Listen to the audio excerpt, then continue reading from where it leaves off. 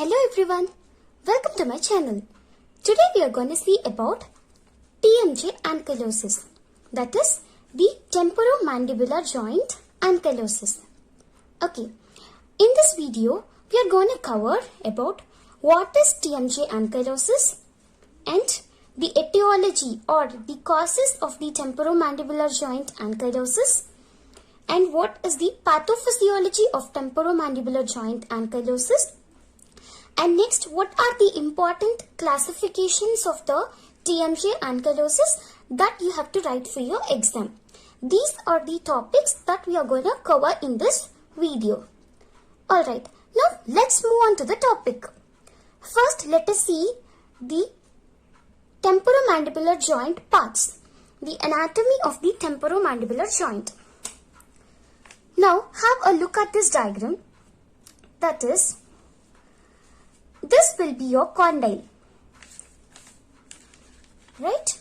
This is your condyle and this thing is your articular disc. It is your articular disc and this will be the glenoid fossa, that is the mandibular fossa or glenoid fossa. Okay?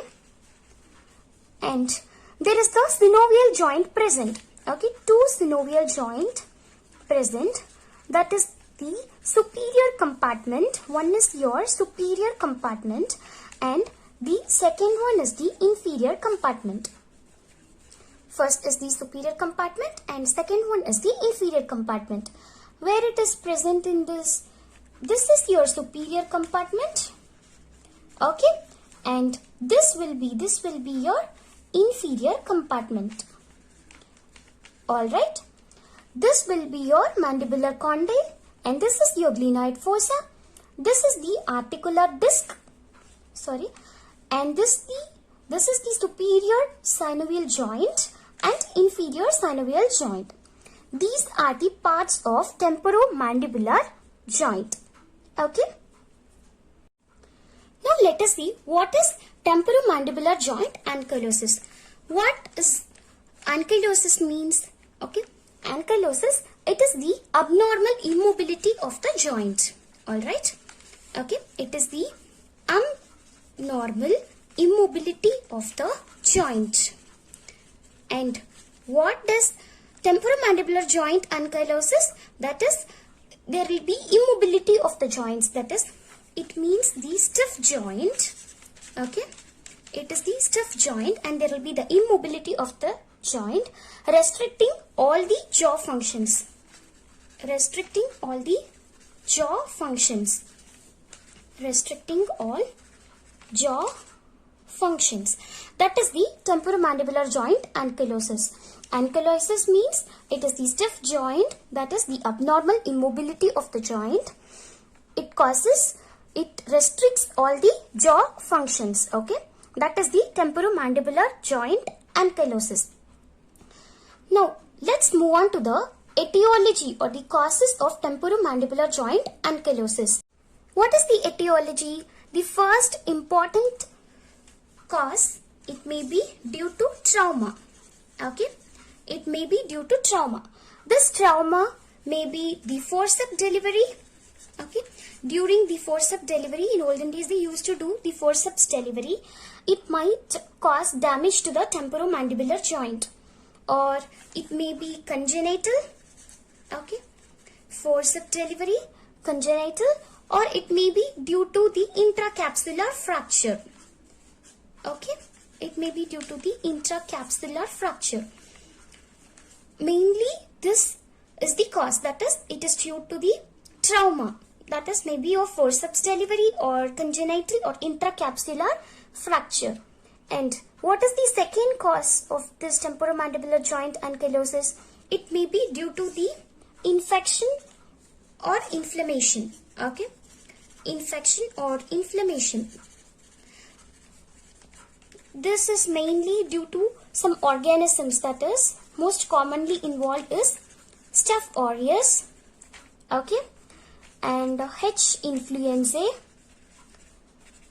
Staph aureus and Haemophilus influenzae, and next will be your Neisseria gonorrhea. Alright. These are some of the common organisms that might cause infection. Okay. And there are some causes that includes the arthritis. Okay. Maybe parotitis. And then maybe due to the psoriatic arthritis. Okay.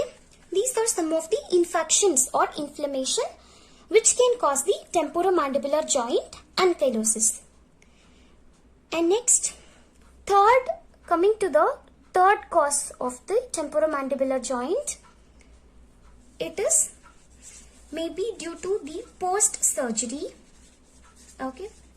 Post-surgery or any previous TMJ surgeries. Okay, previously any TMJ surgeries was undergone. Okay, maybe due to that or malignancies. Okay, maybe due to some malignancies. These are the few causes or few etiology of the temporomandibular joint ankylosis. First, you have to mention it is due to trauma. That is maybe due to the forceps delivery or congenital or intracapsular fractures. And next one will be your infection or inflammation, that is due to the Staphylococcus aureus and H. influenzae, Neisseria gonorrhea. These are the most common organisms that might cause infection. And next will be it includes the arthritis, parotitis and psoriatic arthritis. And also the third etiology may be due to the post-surgery or previous TMJ surgeries or any malignancies or the orthodontic surgeries. It might cause the temporomandibular joint ankylosis. Okay, now let's move on to the pathophysiology of temporomandibular joint ankylosis. What is the pathophysiology? First, there may be any trauma. Alright, first the trauma causes, and what happens after this? Because of this trauma or infection or fracture, because of this, there will be bleeding within the joint cavity. Okay, there will be bleeding within the joint cavity. This is very simple, right? If any trauma or fracture happens, there will be a bleeding for sure.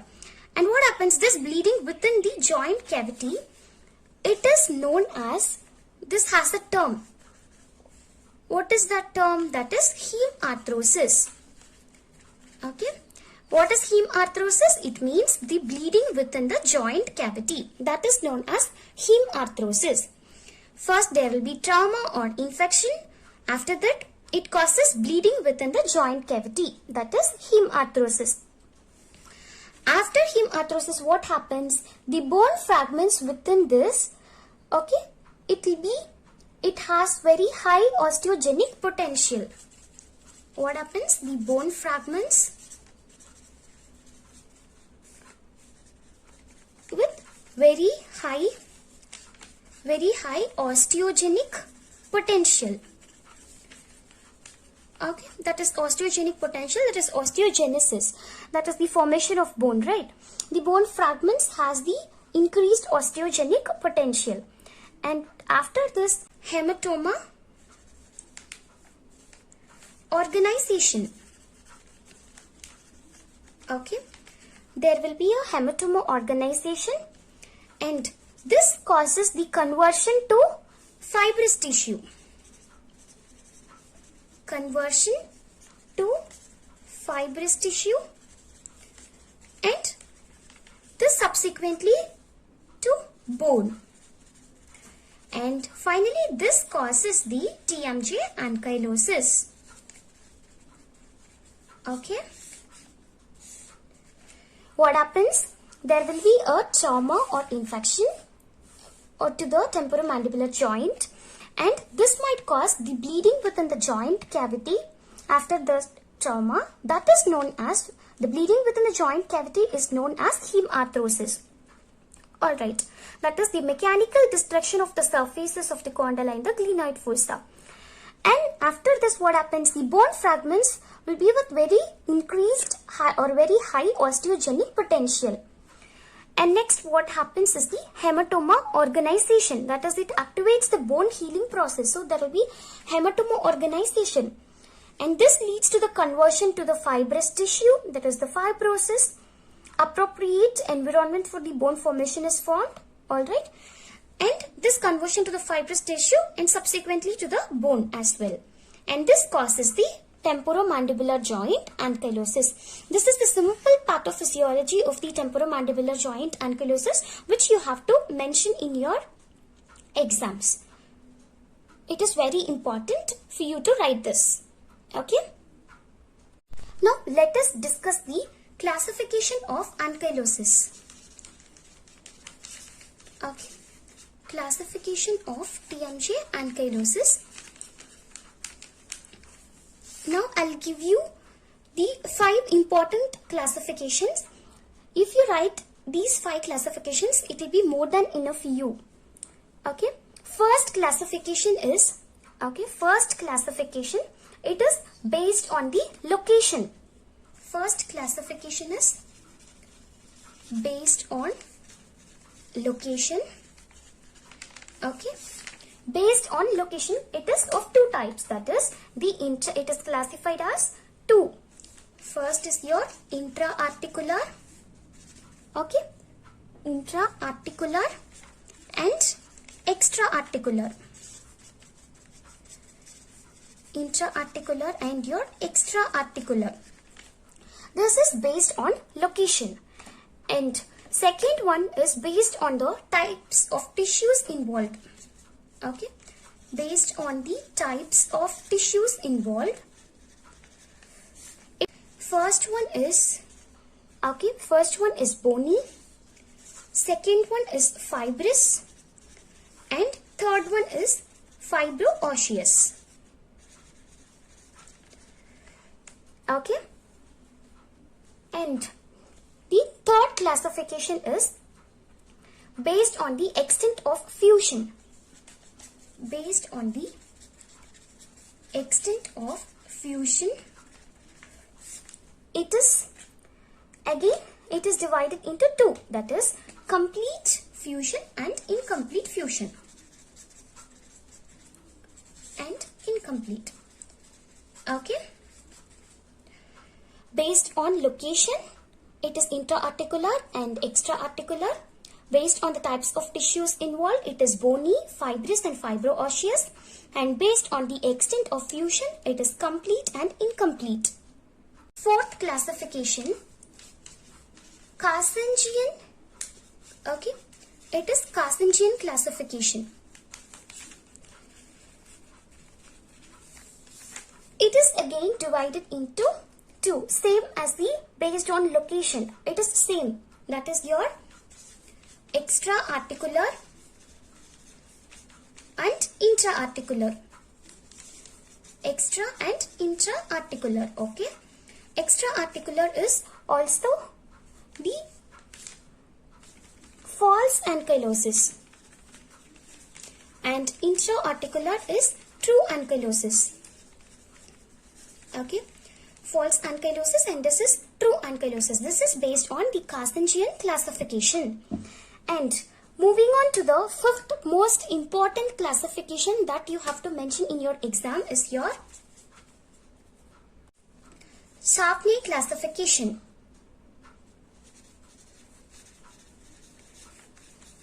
Okay, it is Sharpness Classification. Most important that you have to mention for your exam is the Sharpness Classification. Okay, let us see what is this. It is classified as true and false ankylosis.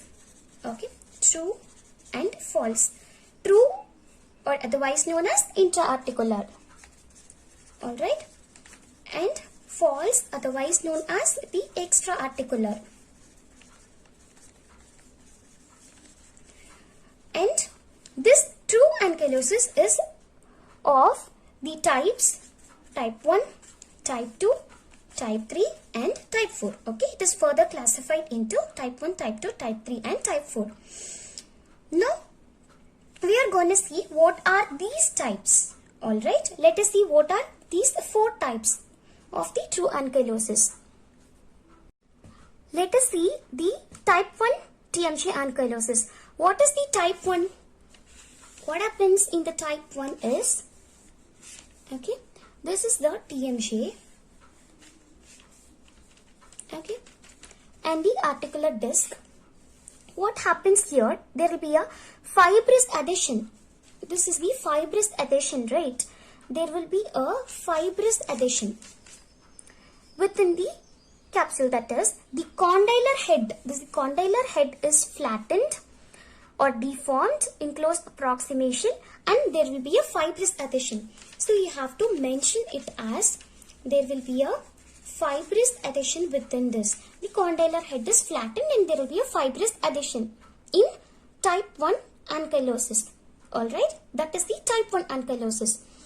There will be a fibrous adhesion. The condylar head is flattened or deformed in the upper joint space, and there will be a fibrous adhesion present within the capsule. What happens in type 2? That is, the Tmj joint is present here, and there will be a bony bridging. Okay, that is in here and here. There will be a bony bridging, bony fusion of the condylar head in the outer aspect of the articular surface, either anteriorly, okay, this is the anterior side, or posteriorly, not in the medial part, either anteriorly or posteriorly. It is limited to a small area. There will be a bony fusion on the outer aspect of the articular surface, either anteriorly or posteriorly. Okay, this will be your anteriorly or posteriorly, the bony fusion occurs. Alright, this is the type 2.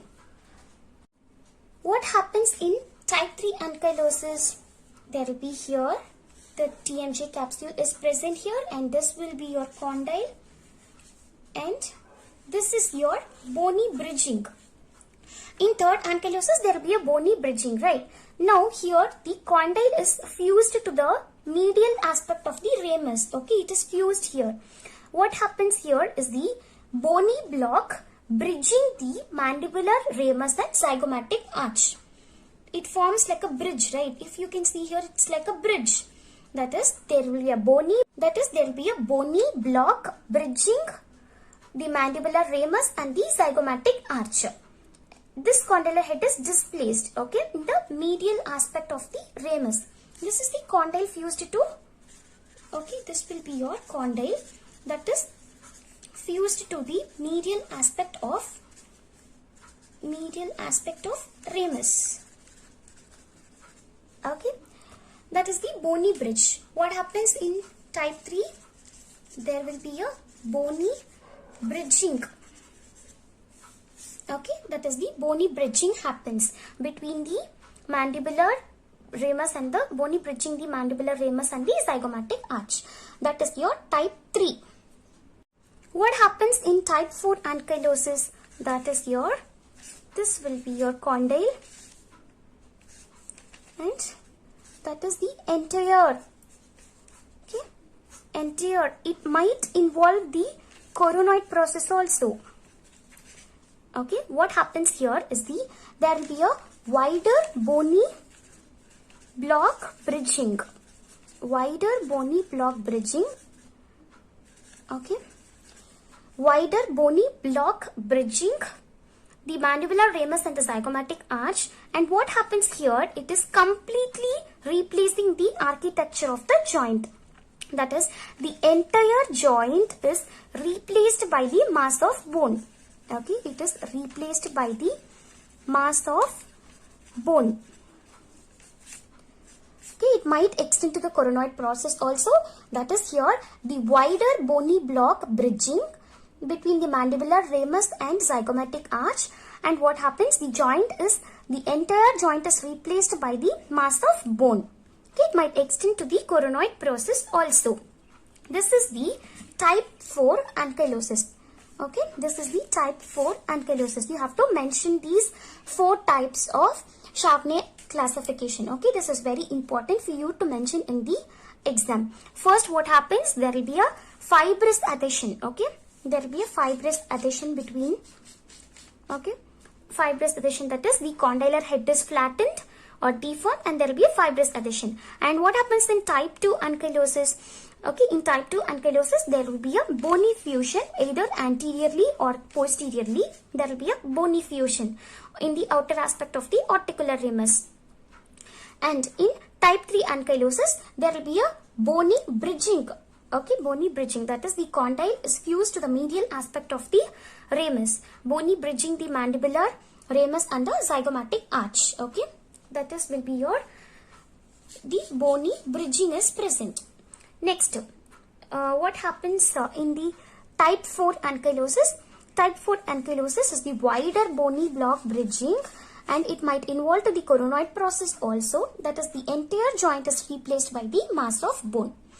These are the 4 types of Sharpness classification, 4 types of ankylosis of Sharpness classification. Alright. What are the 5 classifications? We have saw classifications of Tmj Ankylosis. That includes, first you have to mention based on location. It is intra-articular and extra-articular.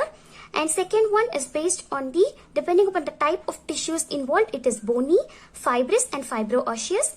And third one is the extent of fusion. It may be complete or incomplete. Fourth classification is the Carcinogen Classification, that is extra-articular, otherwise false ankylosis, and intra-articular, otherwise true ankylosis. And what is Sharpness Classification, that is true or intra-articular. It is again divided into 4 types, and next one is your false or extra-articular. What are the 4 types of Sharpness classification? That is type 1, there will be a fibrous adhesion, that is the condylar head is flattened and fibrous adhesion is present within. And type 2, there will be a bony fusion, that is either anteriorly or posteriorly, not in the medial aspect. And type 3 is there is the bony bridging, that is the condyle fused to the medial aspect of the ramus. And type 4 ankylosis, there will be wider bony block bridging. It might extend to the coronoid process also, that is the entire joint is replaced by the mass of bone. These are the 5 types or 5 classifications of Tmj Ankylosis. Alright. So today we have discussed about the temporomandibular joint ankylosis, the etiology and the pathophysiology of the temporomandibular joint ankylosis, and the classification of the temporomandibular joint ankylosis. This temporomandibular joint ankylosis is the very important 10-marker questions that they might ask for you in exam. You have to mention this etiology and pathophysiology, and these 5 classifications you have to mention it in your exam. This is a very important and easy question as well. Alright. So that's it about temporomandibular joint ankylosis. If you like the video, hit the like button, share the video and subscribe the channel. If you have any queries, leave in the comment section below. Thank you for watching. Thank you.